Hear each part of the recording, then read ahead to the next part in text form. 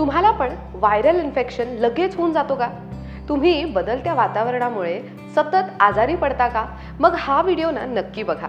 सतत बदलत्या हवामानामुळे साथीचे रोग म्हणजेच व्हायरल इन्फेक्शन लगेच पसरू शकतं. कधी ऊन तर कधी पाऊस तर कधी नुसता वारा, धूळ आणि आपला बेजबाबदारपणा. हो, अगदी बरोबर ऐकलंय. यानेच खरं तर आपण वेदर चेंज म्हणजेच वातावरणातील बदलांमुळे जास्त आजारी पडत असतो. त्यावर आपण डॉक्टरकडे जायला तर हवंच आहे, पण फर्स्ट एड म्हणून तुम्ही काही सोपे टिप्स किंवा तर घरगुती उपाय सुद्धा करू शकता. सरळ येऊयात मुद्द्यावर. जाणून घेऊयात बदलत्या वातावरणामुळे होणाऱ्या व्हायरल इन्फेक्शनला दूर ठेवायचे काही सोपे टिप्स आणि उपाय. नंबर 1, आलं, ज्याला आपण जिंजर असं म्हणतो. सर्दी खोकल्यावरील गुणकारी औषध म्हणून आलं खूप प्रचलित आहे. आल्याचा रस आणि मध हे समप्रमाणात एका बॉटलमध्ये तुम्ही भरून ठेवू शकता, साठवून ठेवू शकता 2-3 दिवस आणि मग 2-2 चमचे 2 वेळा तुम्ही घेतलं दिवसातून तर सर्दी खोकला पडसं हे लगेच बरं होऊन जातं. नंबर 2, तुळस. ताप आल्यावर तुळशीचा रस आणि मध असं चाटण करून खाल्लं ना तर लगेच आराम मिळेल.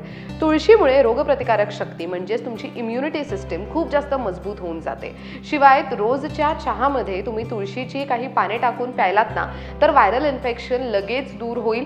शिवाय तुम्हाला व्हायरल इन्फेक्शन होणार सुद्धा नाही. नंबर 3, हळद. 1 चिमूटभर हळद ना खूप गुणकारी ठरू शकते. 1 ग्लास कोमट पाण्यात तुम्ही चिमूटभर हळद घातली तर सर्दी खोकला कफ यापासून लगेच आराम मिळेल. शिवाय दिवसातून एकदा हळदीचं दूध प्यायलं तर खूप फायदा मिळू शकतोय. याशिवाय ताप सर्दी खोकला यावर सुद्धा परिणामकारक उपाय तुम्हाला झालेला जाणवेल.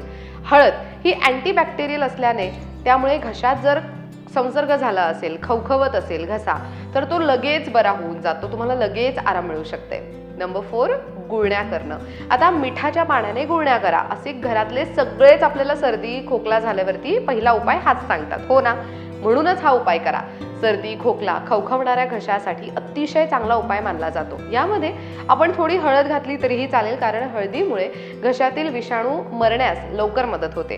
हे कोमट पाण्यात तुम्ही घेतलं तर चांगलंच आहे, पण साध्या पाण्यानेही तुम्ही ते करू शकताय.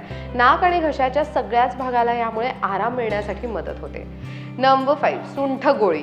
आता गुळ, सुंठ पावडर आणि हळद या तिन्ही गोष्टी एकत्र करून त्यांचे लहान लाडू करून घ्या आणि ते खा. यामुळे कफ बरा होण्यासाठी लवकर मदत मिळते. सकाळी आणि रात्री झोपताना ही गोळी खाल्ली ना तर नक्कीच तुम्हाला फरक जाणवेल. यातही तुम्हाला घशात जर सतत कोरड पडत असेल ना तर यात थोडं तूप घातलं तरीही चालेल. तुम्ही 1 चमचा तूप मिक्स केलं तरीही चालणार आहे. सुंठ पावडर नसेल तर किसलेल्या आल्याचा उपयोगही तुम्ही करू शकता. कोरड्या कफासाठी हा अतिशय चांगला उपाय मानला जातो. अशा पद्धतीने व्हायरल इन्फेक्शनला दूर ठेवायचं असेल तर मग कोणते सोपे टिप्स तुम्ही फॉलो करू शकता आणि उपाय करू शकता हे मी आजच्या व्हिडिओमध्ये सांगितलंय. ही माहिती कशी वाटली, हा व्हिडिओ कसा वाटला कमेंट करून नक्की कळवा. Thank you so much for watching this video. पाहत रहा लोकमत सखी.